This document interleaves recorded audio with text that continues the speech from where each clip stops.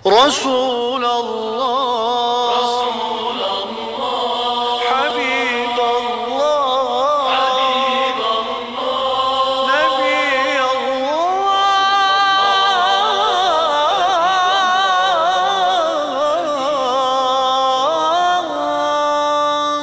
شفيع الله. Bismillahirrahmanirrahim. Alhamdulillah. Wassalatu wassalamu ala Rasulillah Sayyidina Muhammadin an-Nabiyil Karim wa ala alihi wa sahbihi ajma'in. Amma ba'du fa inna asdaqal hadith kitabullah wa khairal hadyi hadyu Muhammadin sallallahu alaihi wa alihi wa sallam. Wa syarrul umuri muhdatsatuha wa kullu muhdatsatin bid'ah wa kullu bid'atin dhalalatun wa kullu dhalalatin finnar atau kama qala sallallahu alaihi wa alihi wa sallam. Tuan-tuan, puan-puan yang berbahagia, assalamualaikum warahmatullahi taala wabarakatuh. Segala puji bagi Allah Subhanahu wa ta'ala yang senantiasa melimpahkan rahmatnya kepada kita semua. Mudah-mudahan nikmat ini senantiasa berkesinambungan sehinggalah kita berjumpa dengan Allah Subhanahu wa ta'ala. Salawat dan taslim kami cucurkan kepada Rasulullah sallallahu alaihi wa alihi wasallam. Mudah-mudahan dengan selawat ini segala usaha kita dapat diberkati oleh Allah Subhanahu wa ta'ala. Tuan-tuan, puan-puan yang berbahagia, sebelum kita memulai pelajaran yang baru daripada at-tafsir al-Qurani, kita kemungkinan akan kembali lagi semula mengulas ayat 109. Kemudian kita akan masuk pada ayat 110, yang mana dua ayat ini menekankan dan menjelaskan posisi ahlul kitab daripada orang-orang yang beriman dan bagaimana kita mengendalikan dan mengatasi kejahatan orang-orang ahli kitab, terutama al-Yahud. Dalam pelajaran yang telah lalu kita telah menjelaskan bahawa surah yang paling banyak mendedahkan dan menjelaskan secara panjang lebar kejahatan orang-orang Yahudi dan bagaimana kita ini berinteraksi dengan mereka, baik di zaman Rasulullah sallallahu alaihi wasallam maupun lebih-lebih di zaman kita sekarang ini, adalah suratul Baqarah yang telah membongkar rahasia-rahasia Bani Israel, terutama Zionis yang ada sekarang, yang menguasai al-alam Islami ini, dunia ini, di mana kerusuhan-kerusuhan yang terjadi di mana-mana tentunya di belakangnya adalah orang Yahudi, baik yang kita ketahui daripada pengakuan mereka sendiri atau kita sendiri yang mengetahuinya.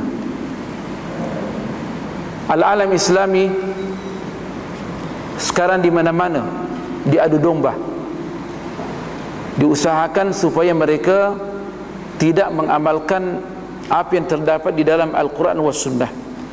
Kita dikacaukan dan dijadikan masyarakat itu yang paling dahsyatnya tidak hormat kepada orang alim. Jadi itulah perlunya kita ini mengetahui, mengkaji kitab Al-Quran Al-Karim untuk mengemaskinikan kita punya akidah, syariat kita, akhlak kita ini, dan bagaimana kita ini pandai berinteraksi dengan dunia luar, terutama dengan musuh-musuh kita. Kita sebenarnya di dalam Islam tidak diajarkan memusuhi orang, tidak diajarkan. Tetapi walaupun bagaimana realitinya, sejak daripada munculnya Islam sampai sekarang ini, mereka tidak henti-hentinya memusuhi kita dengan bentuk dan metode yang beraneka ragam. Nanti kita akan jelaskan melalui tafsiran dua ayat ini, bagaimana musuh Islam ini boleh mengadu domba kita dan mengacau kita, supaya program-program kita ini tidak terlaksana dengan baik. Sebab matlamat mereka bagaimana kita ini mundur dan jauh daripada Allah Subhanahu wa taala.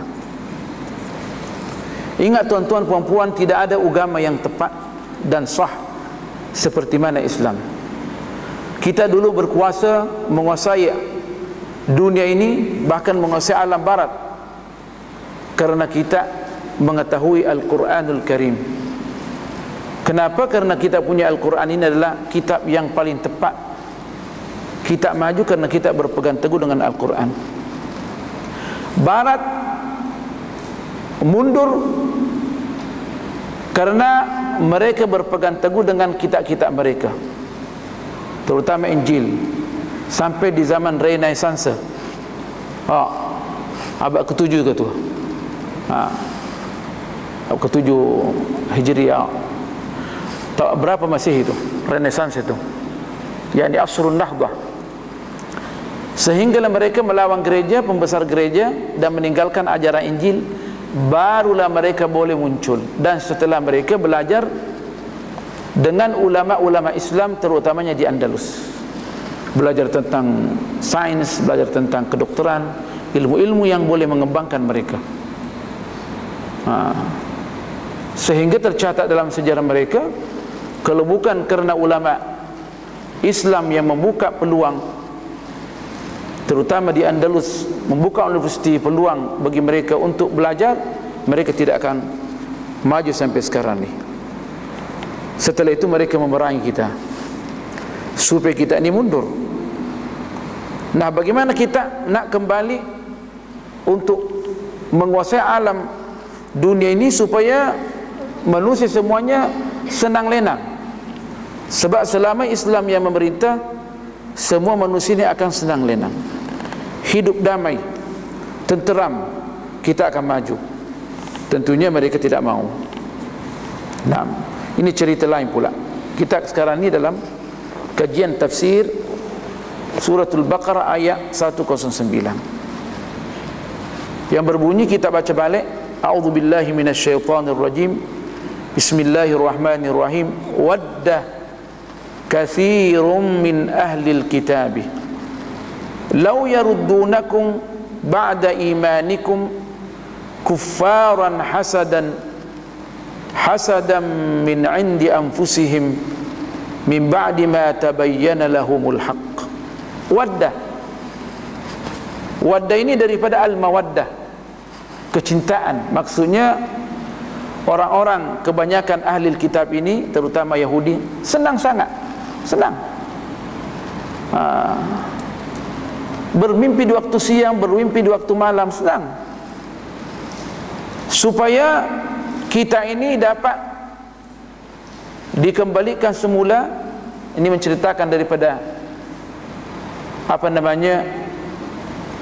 umat Islam sejak awal, sahabat-sahabat daripada Al-Ansar wal Muhajirin, di mana mereka, agama mereka adalah agama wathaniyah, menyembah patung, terus masuk Islam.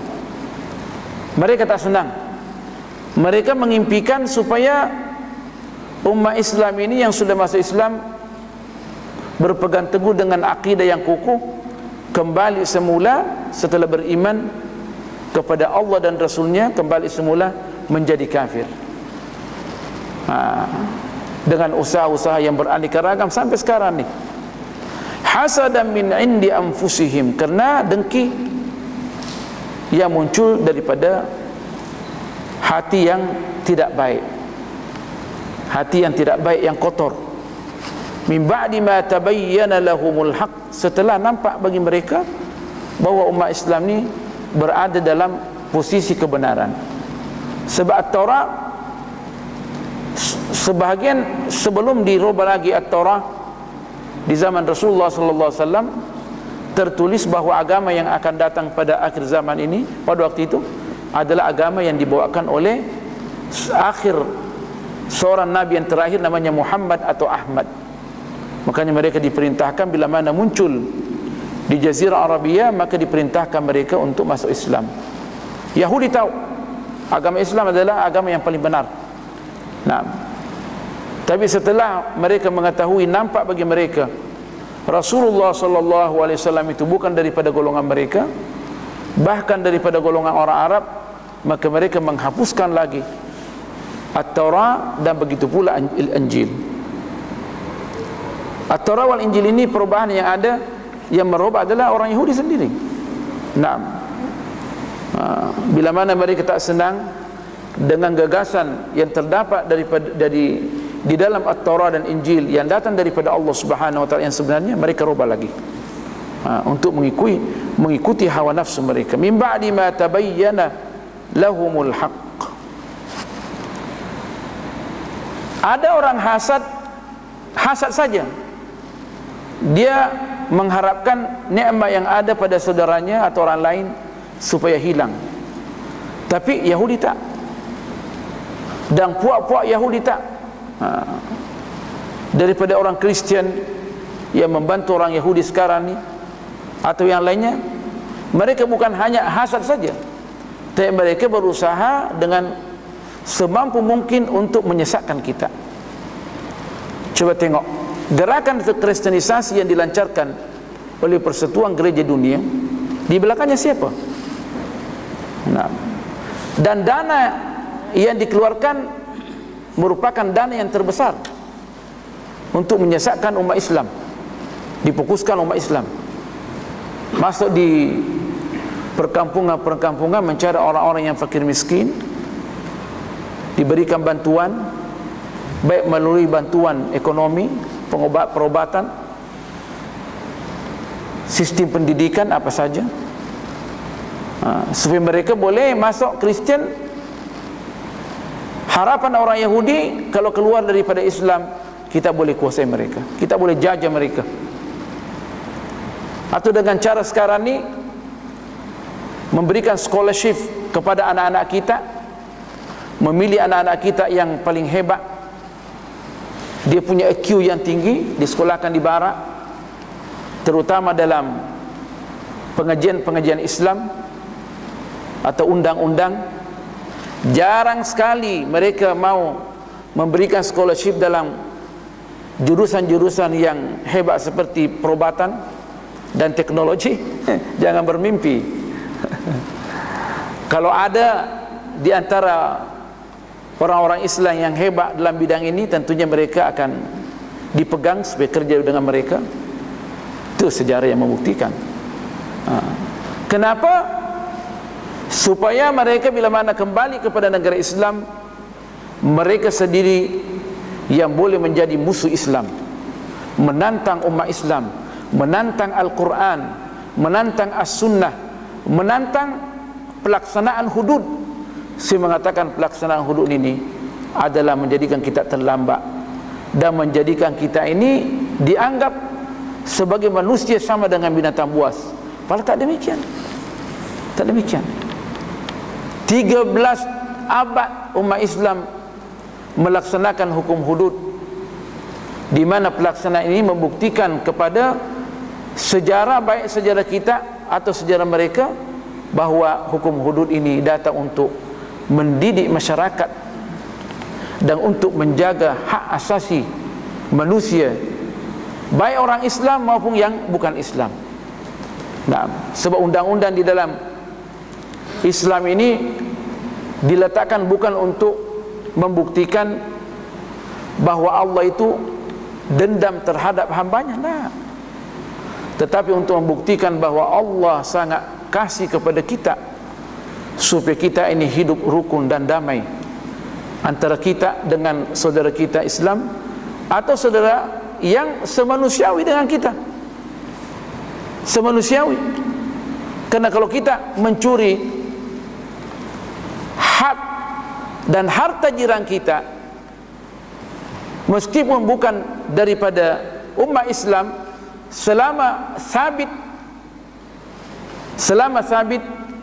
memenuhi syarat untuk dipotong tangannya, akan dipotong tangannya. Jadi semuanya akan terjaga. Dan kalau seorang yang sudah dipotong tangannya di halayak ramai, saya rasa tidak ada orang yang boleh mencuri lagi.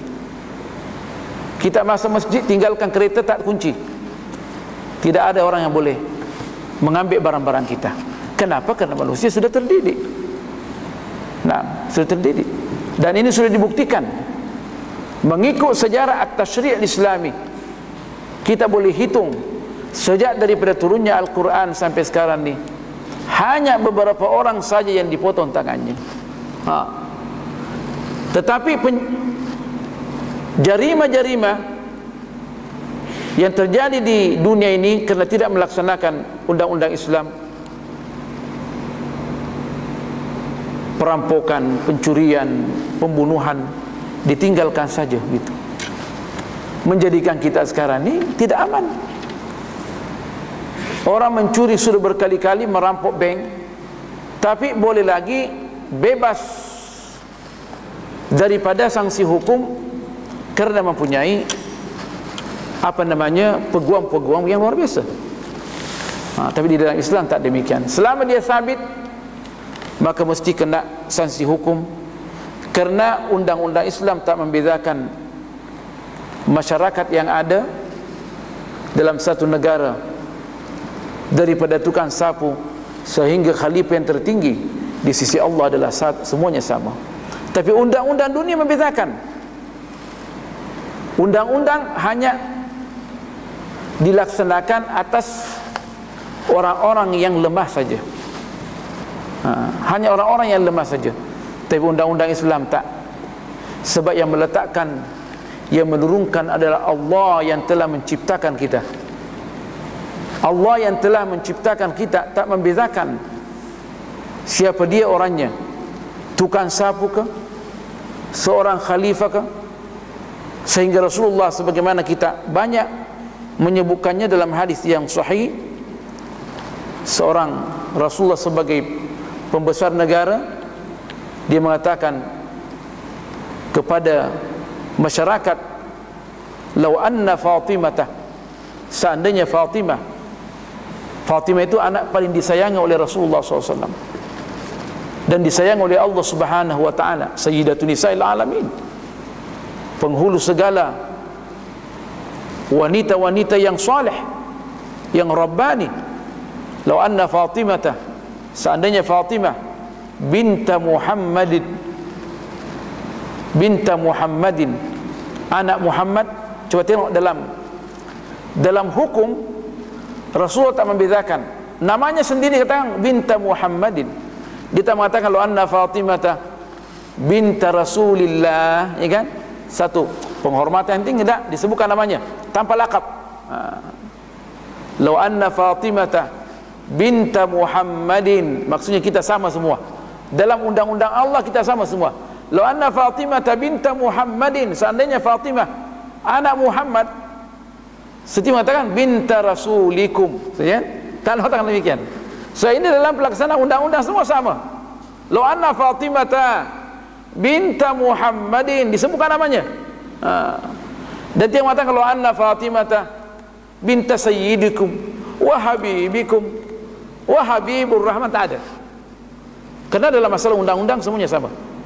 Lau anna Fatimah binta Muhammadin sallallahu alaihi wasallam saraqat, mencuri, laqata'tu yadaha, niscaya saya memotong tangan dia. Seandainya Fatimah rabbaniyah, perempuan yang paling rabbani, Allahu Akbar.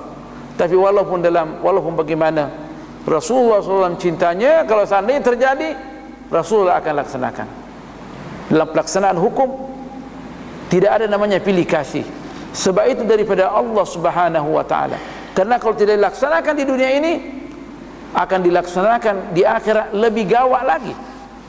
Kita tidak akan lepas daripada belenggu Allah Subhanahu wa taala.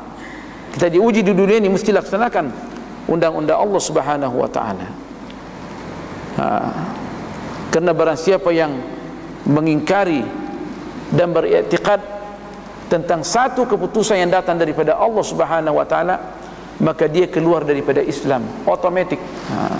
Otomatik. Apalagi kita ini di Brunei mengaku aqidah Ahlus Sunnah wal Jamaah wa madhhabus Syafi'i. Semua ulama Ahlus Sunnah wal Jamaah dan Syafi'i tidak mengingkari sesuatu apa yang telah diputuskan oleh Allah Subhanahu wa taala dengan jalan yang qat'i. Tidak boleh diperselisihkan. Ulama tak berbeza pandangan di dalam undang-undang ini, dia semuanya qat'i wa tu'tabar min al-umuri allati thabatat min ad-din bid-darurah, benda-benda yang tidak boleh dipertikaikan. Ulama ada, kita tak perlu pandai-pandai untuk mentakbirkan dan menafsirkan dan mentakwilkan benda-benda yang sudah sabit. So itu akan mengancam, menjejaskan keimanan kita di hadapan Allah Subhanahu wa taala. Coba tengok bagaimana orang-orang Yahudi ini dengan pembantu-pembantu mereka melalui negara-negara power, kristenisasinya, liberalnya, sekulernya, aliran kebatinan, aliran kepercayaan, semuanya digunakan oleh orang Yahudi untuk menyesatkan umat Islam, sehingga tidak pernah pun terdapat daripada zaman dulu ada orang yang mengingkari tentang undang-undang Allah Subhanahu wa taala. Coba tengok tu. Tidak ada yang dapat menolak undang-undang Allah Subhanahu wa taala itu, karena penolakan ini dapat mengeluarkan kita daripada Islam. Coba tengok, Yahudi pandai.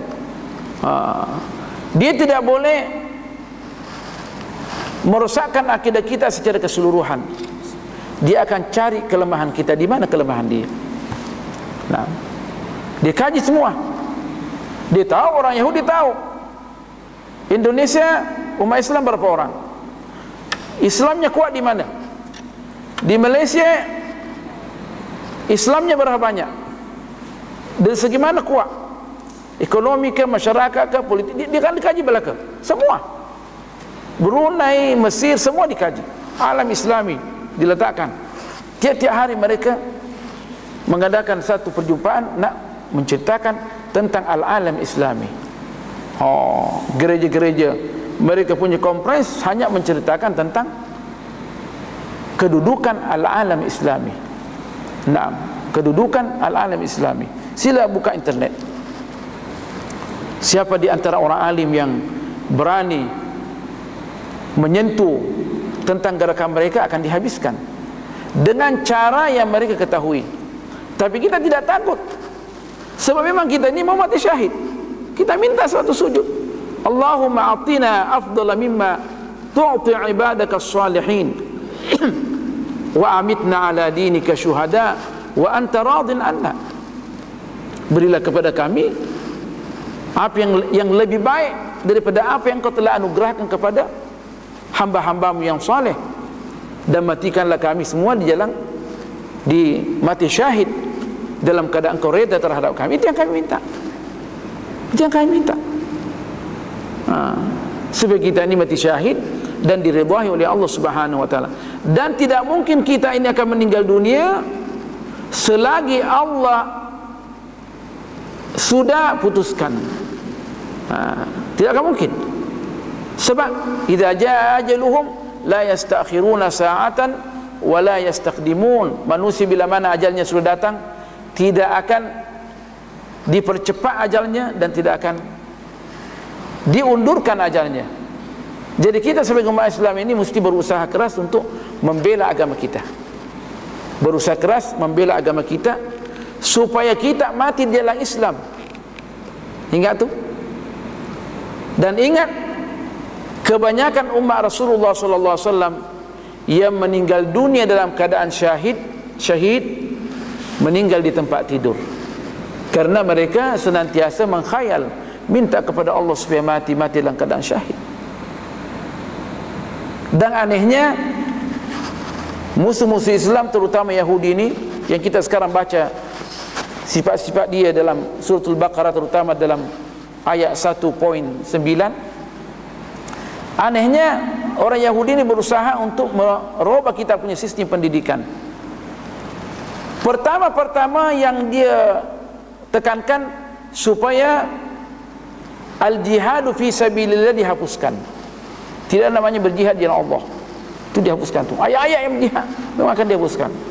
Kalau ada pun terpaksa dalam satu sistem pendidikan menggunakan ayat jihad, maka jihad itu akan ditafsirkan mengikut konsep yang dikehendaki oleh Zionis Yahudi dan puak-puak mereka, ya kan? Sehingga ditafsirkan dengan tafsiran yang tidak sesuai dengan penafsiran Allah Subhanahu wa taala. Bahwa jihad itu adalah bukan berarti jihad mengangkat senjata untuk melawan musuh Islam, tetapi jihad yang lain.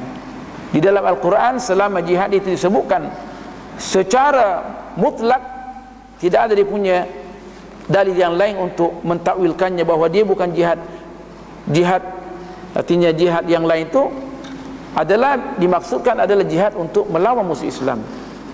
Dan kita di dalam Islam diperintahkan supaya menjaga hak-hak manusiawi. Kita tidak akan mengganggu orang selama mereka tidak mengganggu kita. Kita tidak akan menyerang orang sebelum mereka menyerang kita. Nah, saya dikatakan bila mana mereka menyerang kamu, maka serang. Wala ta'tadu, jangan melampaui batas. Wala ta'tadu. Nah, uqatilul musyrikina kaffatan kama yuqatilunakum. Orang musyrik yang memerangi kamu, perangi mereka, ya kan? Selama mereka memerangi kamu. Tapi selalu dia diakhiri ayat itu wala ta'tadu, jangan melampaui batas. Wa in janahu lisalmi fajdah. Mereka bila mana minta untuk perdamaian, kita berdamai. Karena kalau tidak ada jihad, berarti negara kita tidak akan power. Sedangkan negara Islam mesti power. Nah, mesti mempersiapkan dirinya supaya power dalam bidang persenjataan, mesti power. Umat Islam fardu kifayah, supaya ada ummah yang boleh menciptakan satu senjata yang boleh menjaga negara kita. Jihadun fi sabilillah. Nah, siapa yang mengingkari adalah keluar daripada Islam. Sebab jihad ini adalah minal umuri allati thabatat minad dini bidharurah. Tak boleh ingkari, benda yang tak boleh ingkari. Sebab kalau kita ingkari, kita keluar dari Islam. Cuma sistem pelaksanaan jihad itu adalah yang menanganinya adalah ulil amri minkum. Pembesar-pembesar negara, ulama-ulama. Bila kita berjihad, tidak sembrono kita melihat orang kafir masuk di negara kita, ini orang kafir ni, tak boleh. Orang musuh Islam kalau sudah mendapat suaka politik, dia sudah mendapat visa masalah masuk satu negara, mesti diberikan perlindungan. Kita tak boleh sembarangan untuk mengganggu mereka, meledakkan bom segala, itu tak ada. Itu mengacau namanya, itu mengacau.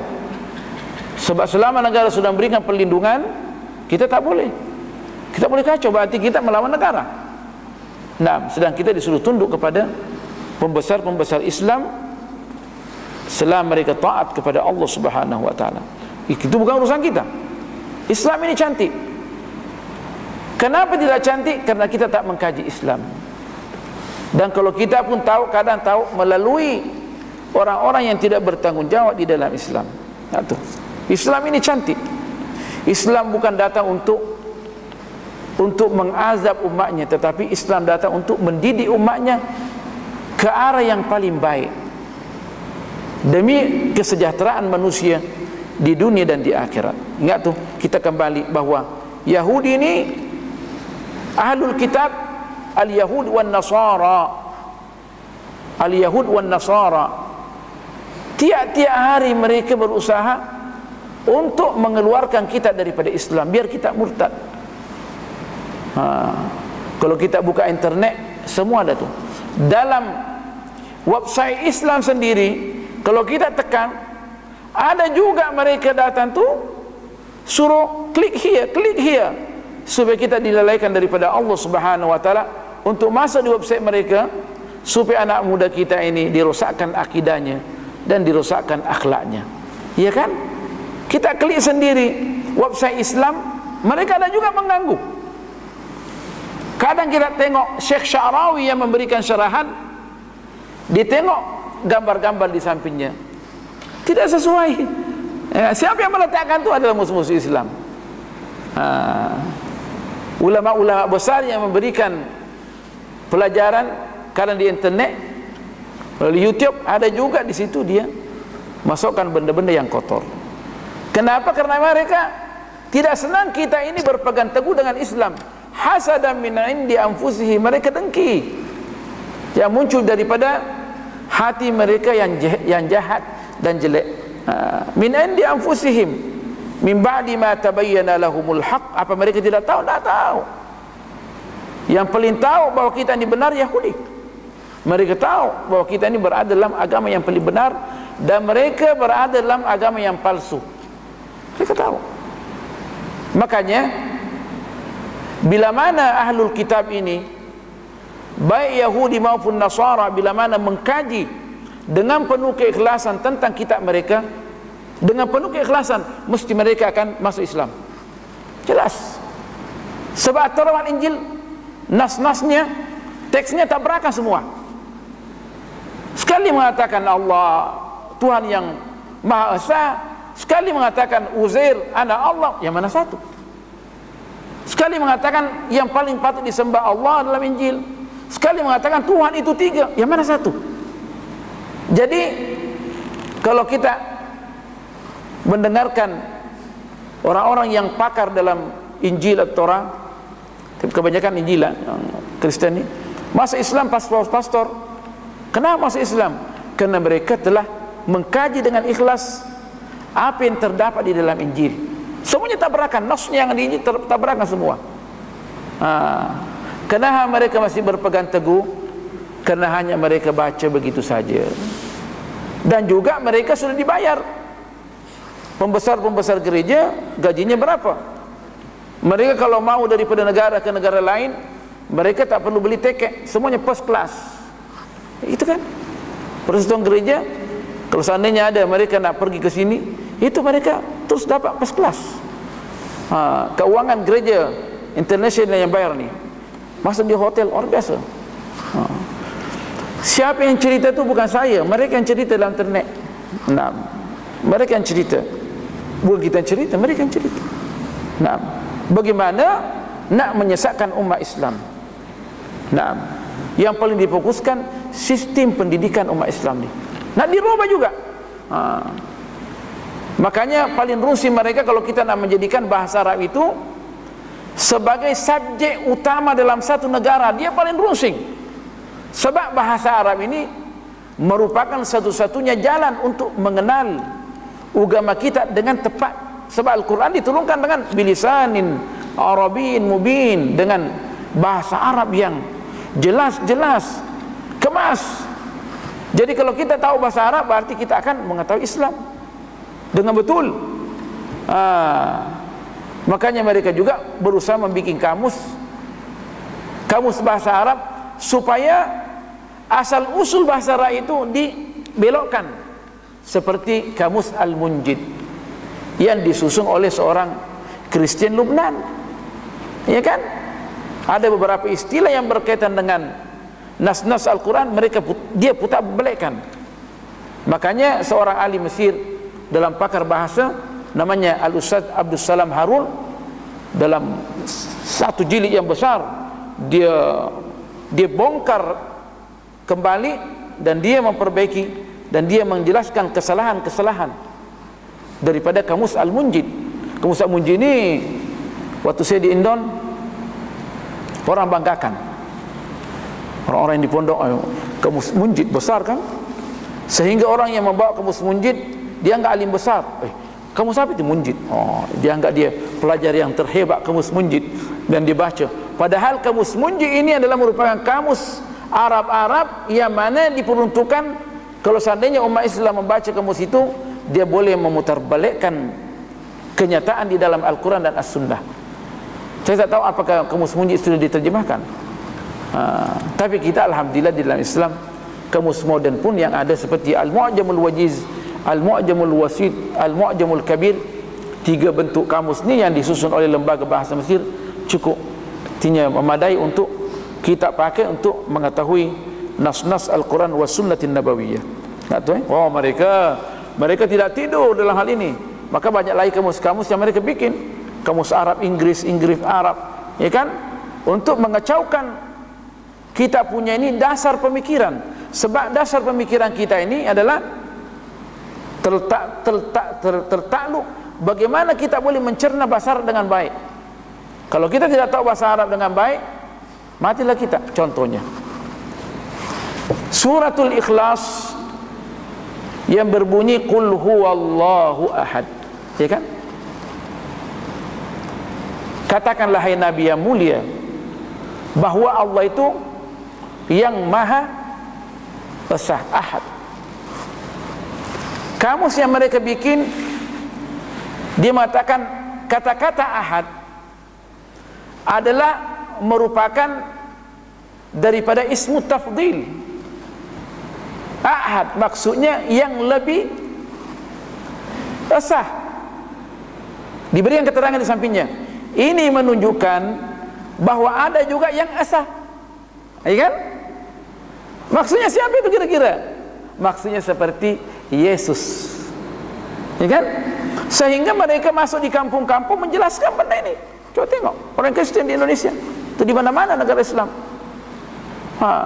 Mereka masuk di kampung menjelaskan bahwa ahad bukan maksudnya yang paling esa. Maksudnya ini memberikan perbandingan bahwa di samping Allah yang esa ada lagi yang lain. Padahal di sini, di dalam bahasa Arab di sini tidak namanya ismu tafdil. Tidak ada yang lebih di sini. Allah yang esa. Tak ada yang lebih di sini. Di sini tak ada perbandingan. Jadi kita ini jangan sembarang membaca kamus. Coba tengok, dia dalam semua sistem pendidikan kita ni, kalau semua sudah oleh apa namanya, oleh musuh-musuh Islam, terutamanya orientalis barat yang dipakai oleh musuh Islam ini, penjajah-penjajah, supaya boleh memutarbalikkan kenyataan yang ada dalam Al-Quran, supaya umat Islam yang belajar daripada mereka dapat menjadi musuh Islam. Itu yang terjadi sekarang ini. Sebagaimana kita katakan, Taha Hussein itu orang yang sudah pernah hafal Quran dan belajar di Azhar. Kemudian dia berpindah ke Darul Ulum, Jamiatul Qahirah, kemudian diantar ke Perancis dan diberikan PhD dalam bidang sastra. Sehingga setelah kembali daripada Perancis, apa hasil kajian dia? Ini setelah dia dulu hebat nih, hasil kajian dia mengatakan dia menemukan bahwa Al-Quran itu sama dengan At-Taurah wal Injil, perlu lagi dikaji kembali, dan tidak semuanya benar. Tidak semuanya benar berarti kafir. Makanya ulama Azhar, dalam persidangan ulama Azhar memberikan keputusan bahwa Taha Hussein adalah keluar daripada Islam. Tapi yang anehnya setelah itu boleh dilantik menjadi Menteri Pendidikan, sehingga dapat merubah sistem pendidikan di Mesir. Alhamdulillah, kalau bukan Azhar, maka Islam pun akan pudar di Mesir. Tapi itu adalah kinanatullahi fi ardi, Allah menjaga Mesir. Azhar mempunyai kuliah, 80 kuliah, fakulti, sekolah-sekolah rendah berapa banyak, yang mana mengajarkan Islam dengan murni. Yang lainnya sudah dirubah, ayat-ayat Quran, hadis dibuang daripada buku-buku dalam sistem pendidikan Mesir pada waktu itu. Tapi insya-Allah dalam waktu dekat ini akan kembali semula. Sebab konco-konco mereka sudah hilang. Cuma kita sekarang minta berdoa kepada Allah supaya orang-orang ulama-ulama Islam bersatu, umat Islam bersatu, supaya dapat mengembalikan sistem pendidikan hampir 90% dunia Islam merubah sistem pendidikan. Nah, kan mudah. Dirubah oleh siapa? Oleh Zionis yang mana menggunakan orang-orang dia seperti liberal, ya kan? Seperti sekular, ya kan? Aliran batiniyah baik dari dulu sampai sekarang ni. Nah, dan banyak lagi yang lainnya. Yang sangat berbahaya. Jadi hasadan min indi anfusihim min ba'di ma tabayyana lahumul haqq. Orang Yahudi sebagaimana kita jelaskan dalam banyak pelajaran, setelah mereka tidak boleh berbuat apa di Jazirah Arabia, setelah Islam berkuasa, mereka merubah haluan mereka, strategi mereka untuk menghancurkan Islam dengan melalui apa yang dikatakan al-ghazwul fikri, perang urat saraf, melalui memalsukan data-data tafsir, memalsukan hadis, ya kan? Banyak yang dipalsukan supaya kita tidak paham Islam dari dulu. Sekarang ni lebih lagi, ayat-ayat yang hendak mereka palsukan di dalam internet. Nah, dan ada di buku saya, di rumah saya. Nah, orang Yahudi nak memalsukan ayat-ayat Al-Quran. Nah, min ba'di ma tabayyana lahumul haqq. Tetapi keistimewaan Al-Quran ini, hatta orang yang tidak paham bahasa Arab bila mana dibacakan terus masuk di hati. Itu min ajazil Quran, orang mendengarkan Al-Quran selama dia punya hati bersih, insya-Allah dia boleh menangis. Itu ijazah Al-Quran. Yang mendengarkannya luar biasa. Nah, lain daripada bahasa Arab yang lain, meskipun tersusun mengikut sastra Arab yang tertinggi, lain daripada Al-Quran. Lain. Kita baca sendiri Bismillahirrahmanirrahim, hati sudah sejuk, ya kan? Bandingkan dengan kata-kata bahasa Arab yang tidak mengandungi keimanan. Kata min ba'di ma tabayyana lahumul haqq. Walau bagaimanapun Islam ini cantik, diperangi, dia kata fa'fu anhum. Fa'fu itu maksudnya maafkan mereka. Tapi sini terjemahkan tinggalkan mereka, jangan peduli. Jangan peduli. Dia nak hasad dengki, nak hantangkan kepalanya di tembok, jangan peduli. Fa'fu, tinggalkan mereka. Wasfahu seakan-akan juga mengatakan tak usah nak balas dendamlah, maafkan mereka. Itu sebelum diperintahkan kita untuk mengendalikan dan membalas serangan-serangan daripada musuh kita, ya kan? Kalau kita diserang, kita balas balik. Sebelum itu, fa'fu wasfahu hatta ya'ti Allahu bi amri, sehingga Allah mendatangkan perintahnya, mengeluarkan perintahnya untuk kita ni mengembalikan serangan musuh kita. Kan waktu itu kita tidak diperintahkan lagi untuk mengusir Yahudi. Tapi setelah nyata nak membunuh Rasulullah dan mereka khianat kepada umat Islam, terus dikeluarkan daripada Al-Jazirah Arabiyah. Maka Bani Quraidah, Bani Nadir, puak-puak Yahudi ni yang mempunyai power baik dari segi politik dan ekonomi di Madinah, diusir Melaka. Mereka jahat, sudah diberikan perlindungan oleh Rasulullah sallallahu alaihi wasallam. Yahudi dan Islam mesti hidup rukun dan damai. Nah, dipelihara semua hak mereka. Tapi mereka pengkhianat. Di mana-mana mereka pengkhianat.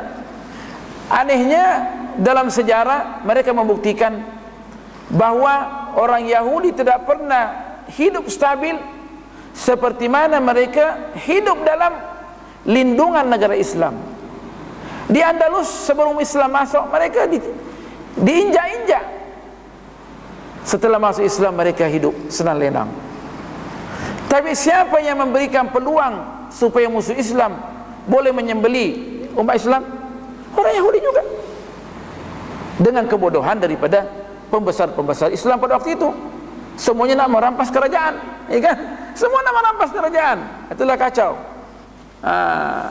Semua nak naik, tuduh menuduh, perang memerangi, akhirnya kita lemah. Makanya Ahlussunnah wal Jamaah memberikan satu gagasan, kita tidak boleh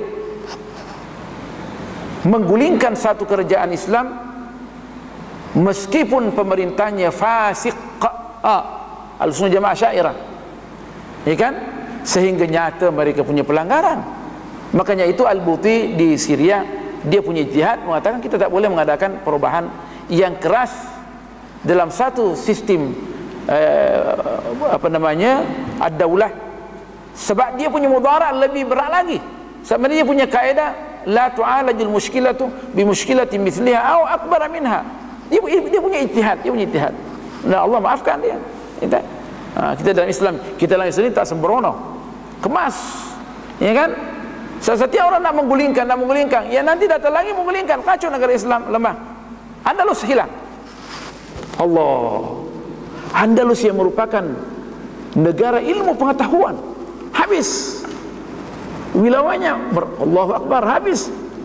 Umat Islam, ulama-ulama disembelih. Kenapa? Akibat orang-orang yang tidak bertanggung jawab, semuanya nak naik. Semuanya naik, tuduh menuduh.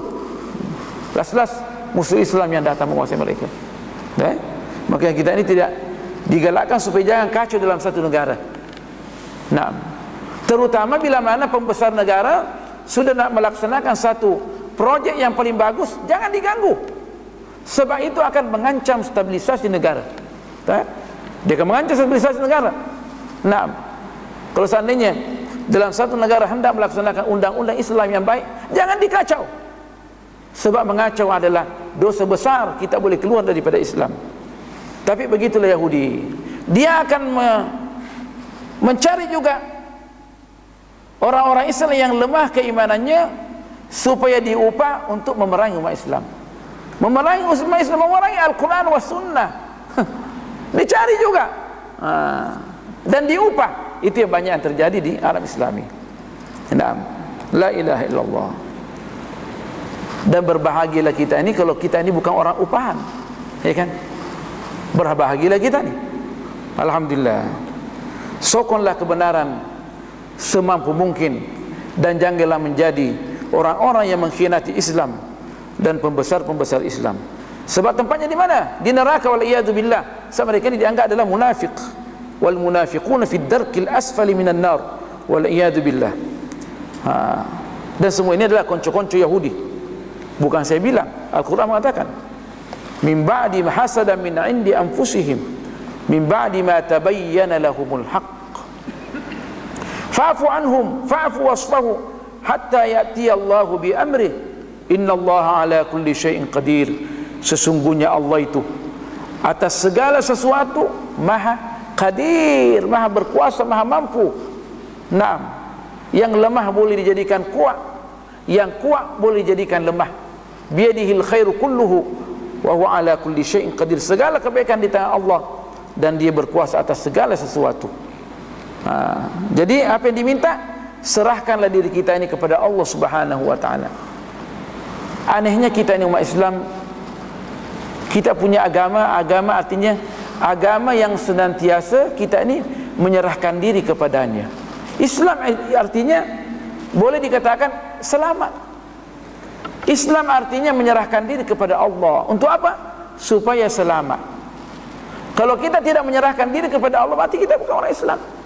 Kita mesti menyerahkan diri kita 100% kepada Allah Subhanahu wa taala, barulah kita dikatakan orang Islam. Aslim taslam. Masalah Islam, serahkan diri bulat-bulat kepada Allah Subhanahu wa taala supaya kita selamat daripada api neraka. Manusia mau ke mana? Manusia mau ke mana?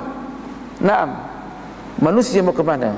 Walau bagaimanapun mereka berusaha nak menghancurkan umat Islam ini, selama kita berpegang teguh dengan agama Allah, tidak ada yang boleh mengalahkan kita. Terutamanya kita ini senantiasa menjaga sembahyang tepat-tepat rukun syarat dia, waktu dia, sebagaimana dijelaskan oleh ayat 110. Ingat dikatakan wa aqimus salata wa atuz zakat. Tinggalkan mereka. Yang paling penting kamu jaga kamu. Terutamanya yang paling penting as-salah. Ya kan? As-salah. Di mana as-salah ini bila mana kita jaga dengan baik, maka Allah akan menjaga semua urusan kita. Nanti kan kalau kita berjumpa dengan Allah Subhanahu wa taala, pertama amalan kita yang dicek apa? Sembahyang. Sembahyang dulu. kita nanti sebelum melintas as-siratul mustaqim, imma di neraka atau di surga, kita akan menghadap oleh Allah Subhanahu wa taala. Satu persatu akan ditanya nikmat yang Allah telah limpahkan kepada kita.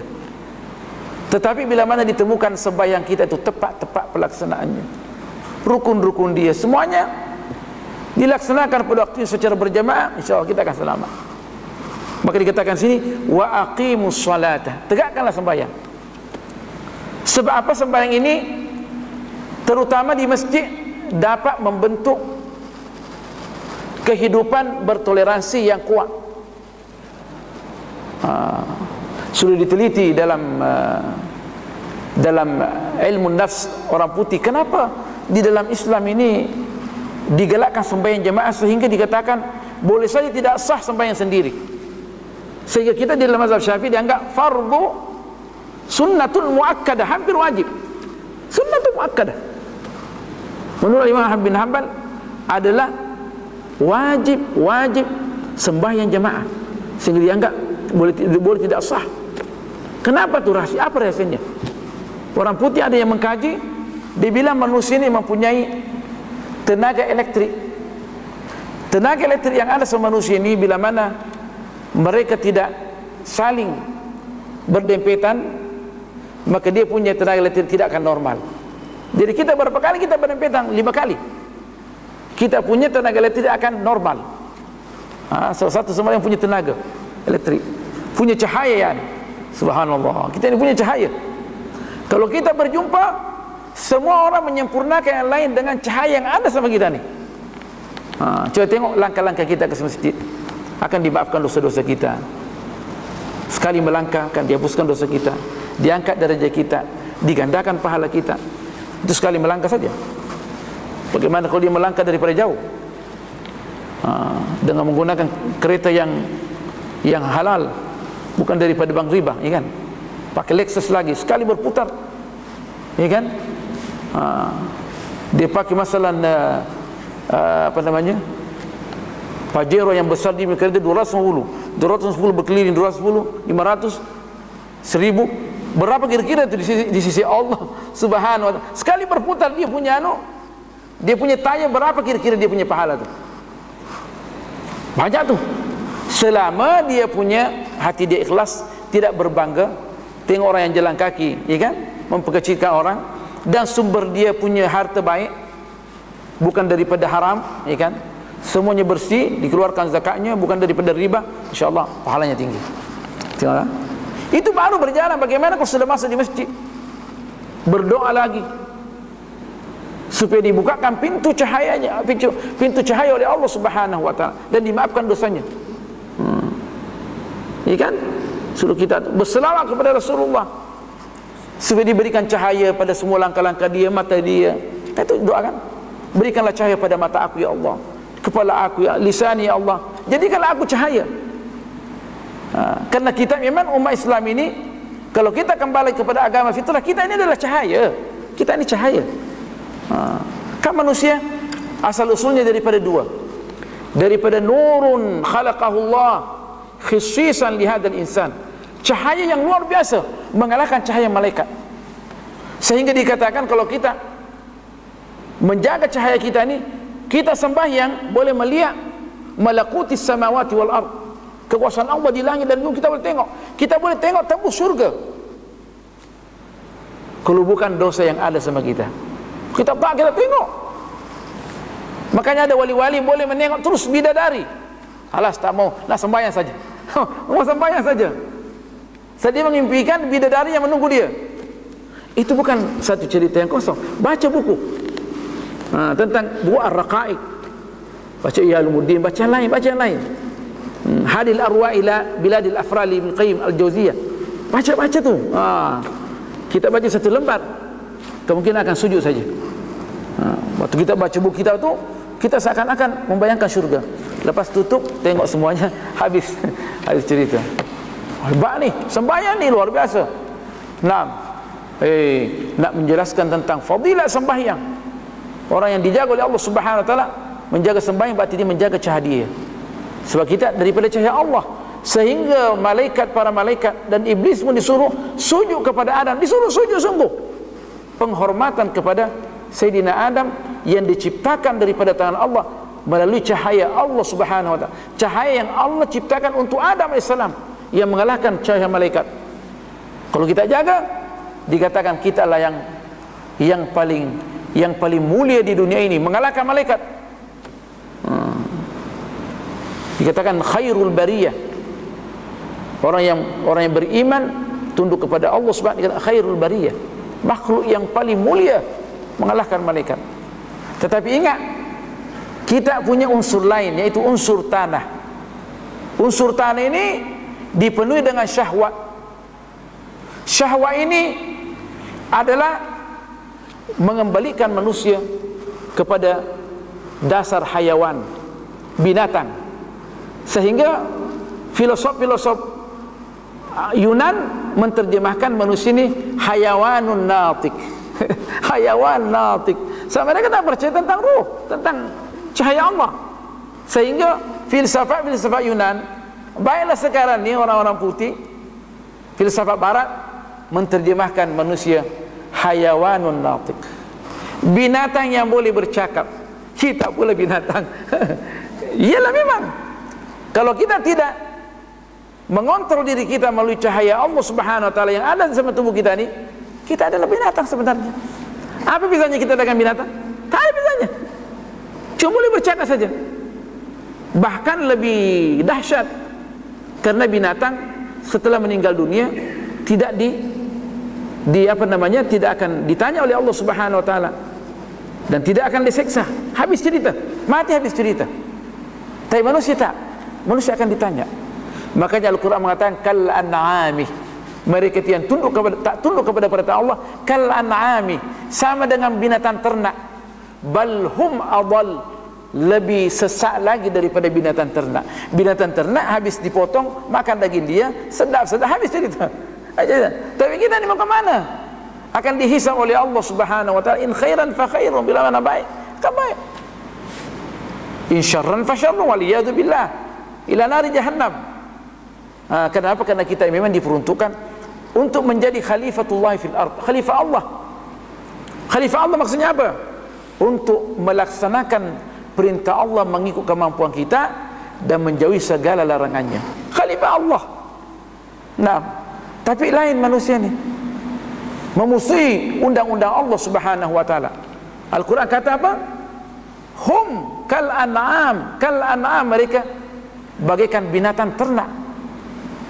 Bal hum adall, bahkan lebih sesat daripada binatang ternak, kerana tidak menggunakan akal fikir mereka yang bersumberkan daripada cahaya spesial yang Allah ciptakan bagi manusia.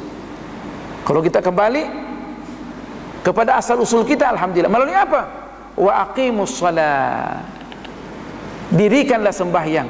Wallah, orang yang mendirikan sembahyang, dia akan mendapat cahaya sehingga boleh dia membezakan mana yang baik dan mana yang buruk.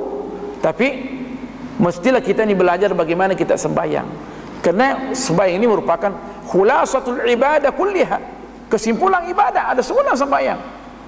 Naam, ada dalam sembahyang. Rasulullah SAW dijadikan qurratu ainin lahu fi shalah, penyejuk hati dia di mana? Di sembahyang. Kalau ada masalah, kembali kepada sembahyang, sebab sembahyang ini dapat mengatasi segala urusan kita.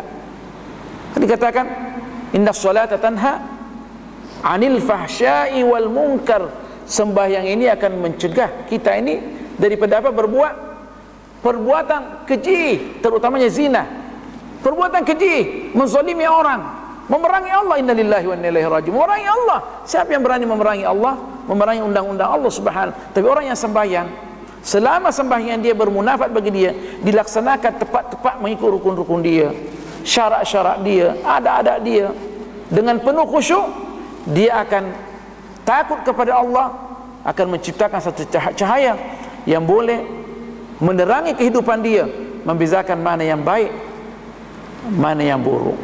Sembahyang ni kalau kita jaga, insya-Allah kita akan dijaga oleh Allah Subhanahu wa taala. Tetapi sembahyang yang tepat-tepat, ini kan sembahyang, makanya kita mesti belajar sembahyang. Kalaulah orang ulama dulu nak bersyahadat pun mesti ditalqin dengan oleh ulama, macam mana dengan sembahyang. Makanya pentingnya kita itu mendidik anak-anak kita, mengajar anak kita bagaimana kita mengajar mereka sembahyang. Kalau seperlunya, pentingnya kalau masalah satu masjid ini mengadakan perlombaan sembahyang. Siapa yang nombor satu diberikan Allah yang paling tinggi, ya kan? Ada satu negara boleh saya diberikan satu plat sembahyang. Kita undang semua anak kita persandingan sembahyang, dibunuh. Siapa yang nombor satu diberikan Allah yang hebat. Siapa? Mereka ini yang sembahyangnya bagus akan menjaga negara, Yang membuat kekacauan siapa? Orang-orang yang tidak tahu hak-hak sembahyang, orang-orang yang tak tahu hak-hak agama ni, hak-hak Allah Subhanahu wa taala. Nah, yang banyak menentang negara daripada orang-orang yang tidak mengetahui agama. Coba tunjukkan di Brunei orang-orang yang beragama yang menentang negara. Nah, siapa yang mengatakan demikian? Saya kasih di gaji saya semua tiap hari, ambil gaji saya.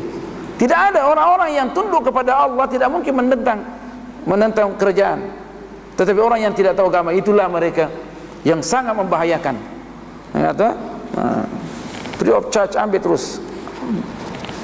Jadi itulah ditegaskan, wa aqimus salata, dirikanlah sembahyang. Ini asas dalam agama. Maka kita perlu cek anak-anak kita, apakah mereka sudah sembahyang. Dan jangan teragak-agak menanya anak-anak sudah sembahyang, ya kan? Supaya mereka senantiasa menjaga waktu sembahyang. Tanya terus sembahyang. Kalau boleh, alangkah baiknya kita bersembahyang jemaah dengan anak kita ni. Kita ajar mereka. Kalau tak pandai, datangkan guru untuk mengajar mereka. Tidak ruginya. Allah akan menggantikan segala apa yang kita nafkahkan di jalan Allah. Allah akan menggantikan yang berlipat ganda. Wa aqimus salata wa atuz zakata, dan keluarkanlah zakat, terutama zakat yang wajib. Sebab kita ini di dalam Islam,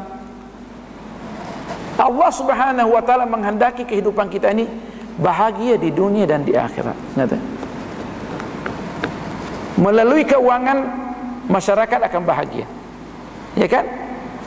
Islam tidak mau melihat dia punya pengikut sengsara.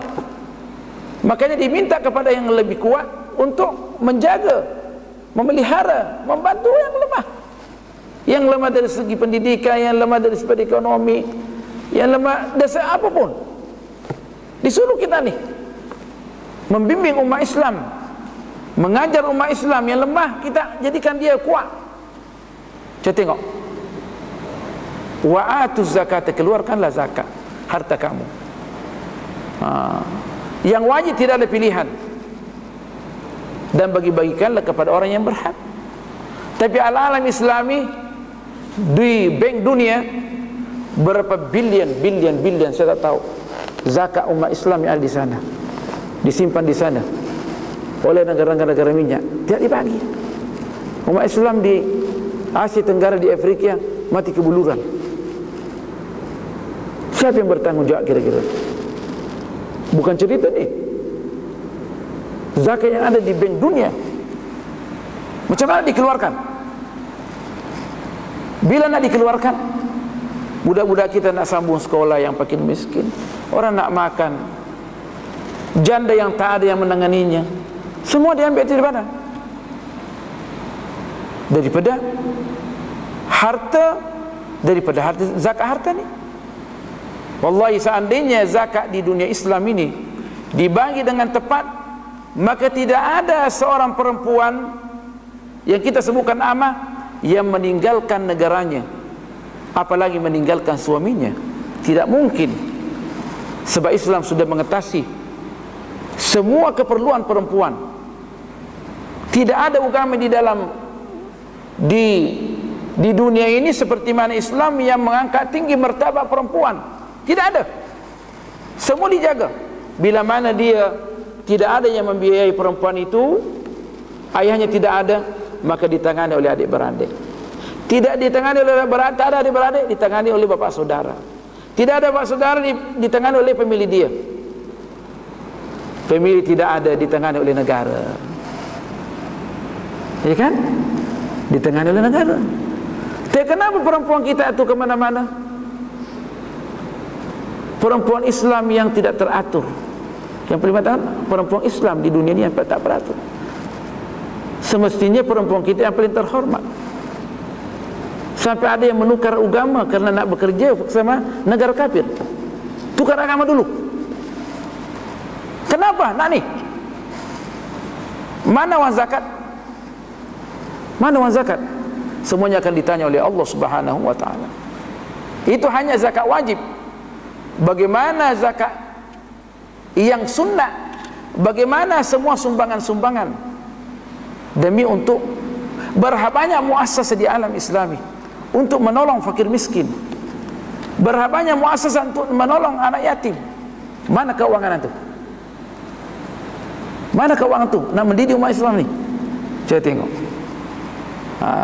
Kalau kita melaksanakan sebahagian kecil daripada ayat 10110 wa aqimus shalah wa atuz zakah, kita akan hidup stabil di dunia dan di akhirat. Bagaimana kira-kira kalau kita mengamalkan semuanya Al-Quran ini? Kita amalkan semua. Jadilah kita manusia yang rabbani. Bila mana kita melihat dengan penglihatan bersumberkan daripada Allah Subhanahu wa taala. Bila mana kita memegang, maka kita memegang daripada kekuatan Allah Subhanahu wa taala. Dari tangan Allah, kekuatan Allah. Bila kita bercakap, hikmah semuanya keluar nih. Kita berjalan, perjalanan kita, langkah-langkah kita bersumberkan daripada Allah Subhanahu wa taala. Dunia akan takut. Sehingga dikatakan dalam hadis, di antara mukjizatul Islam, seandainya kita berpegang teguh dengan Islam, sebulan sebelum kita menyerang negara yang hendak menyerang kita, sebulan mereka sudah gemetar, sudah cerek berek sudah. Kalau tahu kita menyerang, sudah cerek berek sudah. Sudah tak boleh bikin apa-apa. Tak boleh bikin apa-apa. Oh, tak boleh. Itu rahasianya kenapa orang-orang dulu boleh berkuasa di dunia ini, umat Islam, karena berpegang teguh dengan Al-Quran Al-Karim. Tidak menentang undang-undang Allah Subhanahu wa taala. Menentang undang-undang Allah adalah menentang Allah Subhanahu wa taala dan menentang Rasulnya, dan ini sangat berbahaya. Wa aqimus salata wa atuz zakah. Banyak lagi dia punya penjelasan. Wa ma tuqaddimu li anfusikum min khairin tajiduhu indallah. Apa saja yang engkau sumbangkan daripada kebaikan buat diri kamu, apa saja engkau kerjakan, tajiduhu indallah, pasti engkau akan menemukan pahala dia di sisi Allah Subhanahu wa taala yang berlipat ganda. Allah menutupi ayat 110, innallaha bima ta'maluna basir. Sesungguhnya Allah Subhanahu wa taala terhadap apa yang kamu kerjakan basir, maha melihat. Allah Subhanahu wa taala maha melihat. Kita mesti yakin apa yang kita kerjakan Allah lihat. Kalau kita berbuat baik, Allah akan menggandakan 1 menjadi 10 secara otomatik. 10 itu boleh menjadi 70, menjadi 700. Kepada gandaan tiada yang mengetahuinya kecuali Allah sahaja. Kalau kita berbuat jahat, kejahatan hanya satu saja. Kenapa? Karena Allah itu maha pengasih lagi maha penyayang. Kembali kepada ayat yang pertama. Mudah-mudahan apa yang kami jelaskan secara ringkas ini daripada ayat 109 sampai ayat 110 mendapat manfaat, kita boleh amalkan supaya kita menjadi orang yang terpilih di sisi Allah Subhanahu wa taala. Kalau ada sebarang pertanyaan boleh kita bincangkan bersama, insyaallah taala pada pelajaran akan datang. Kalau kita masih boleh berjumpa lagi, kita ini mesti mempunyai sistem pemikiran yang positif dalam Islam. Yaitu bagaimana? Kita jangan selalu mengkhayal nak hidup setelah itu. Kita katakan boleh saja Allah sekarang ni mencabut nyawa kita, boleh saja. Jadi bikinlah apa yang terbaik bagi diri kita sekarang ni. Bikinlah apa yang terbaik supaya kita mendapat husnul khatimah. Jangan menghayal bahwa kemungkinan besok kita akan, jangan menghayal banyak. Tapi walau bagaimanapun kita disuruh memasang strategi, ya kan? Tapi jangan menghayal bahwa kita akan, siapa yang mengatakan dirinya akan besok akan hidup lagi.